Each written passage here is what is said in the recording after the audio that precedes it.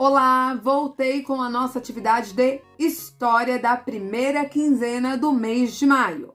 A vida na pré-história. Vou ler o texto, leiam também. Os seres humanos pertencem à mesma espécie chamada Homo sapiens. São ancestrais dessa espécie o Homo erectus e o Homo habilis, que povoaram a Terra partindo da região central do continente africano. Assim, podemos dizer que fazemos parte de um grupo que surgiu no continente africano há cerca de 20 mil anos e dali se espalhou pela África, Europa, Ásia, Oceania e América. Não está falando que nós fazemos parte de um mesmo grupo, tá? E surgiu aonde? Lá no continente africano. E a partir do continente africano foi se espalhando pelo restante dos continentes até povoar todo o planeta, que nem acontece hoje em dia. Mas isso demorou muito tempo, tá, gente? Não é rápido assim, não. Os primeiros grupos humanos não habitavam apenas um local. Eles mudavam constantemente e eram, portanto, nômades. Então, eles não ficavam morando em casas, assim como nós fazemos atualmente. Você não mora na sua casa com a sua família? Os primeiros grupos humanos, não. Eles iam se mudando, ok? Então, a gente chama de nômades.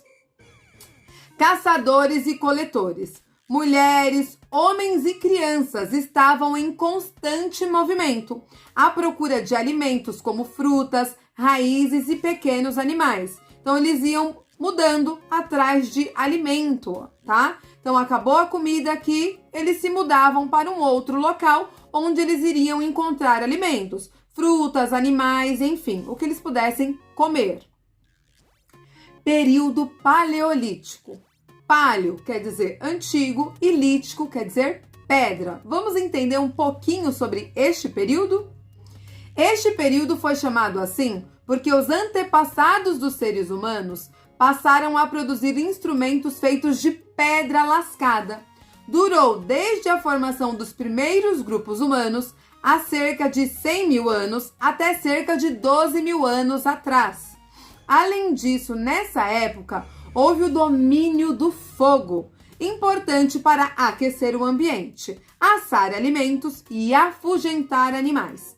As cavernas eram usadas como abrigo por esses grupos e nas paredes de algumas delas foram encontradas pinturas retratando o cotidiano dessas pessoas. Então, eles usavam as cavernas como abrigo. Esse período é marcado pelo descobrimento, pelo surgimento do fogo, né? Aí com esse fogo eles poderiam fazer o quê? Assar os alimentos, se aquecer do frio, tá? Se proteger.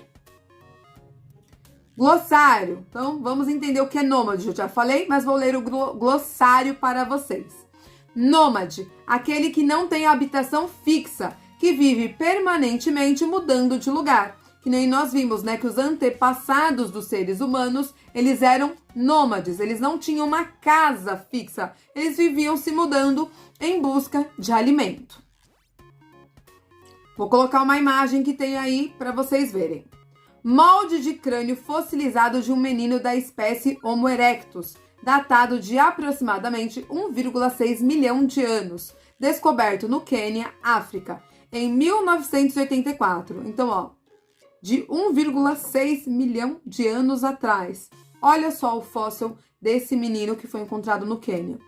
Parecidíssimo com o que nós temos hoje em dia. Por isso que nós falamos que os ancestrais dos seres humanos habitaram a Terra há muitos anos atrás. Outra imagem.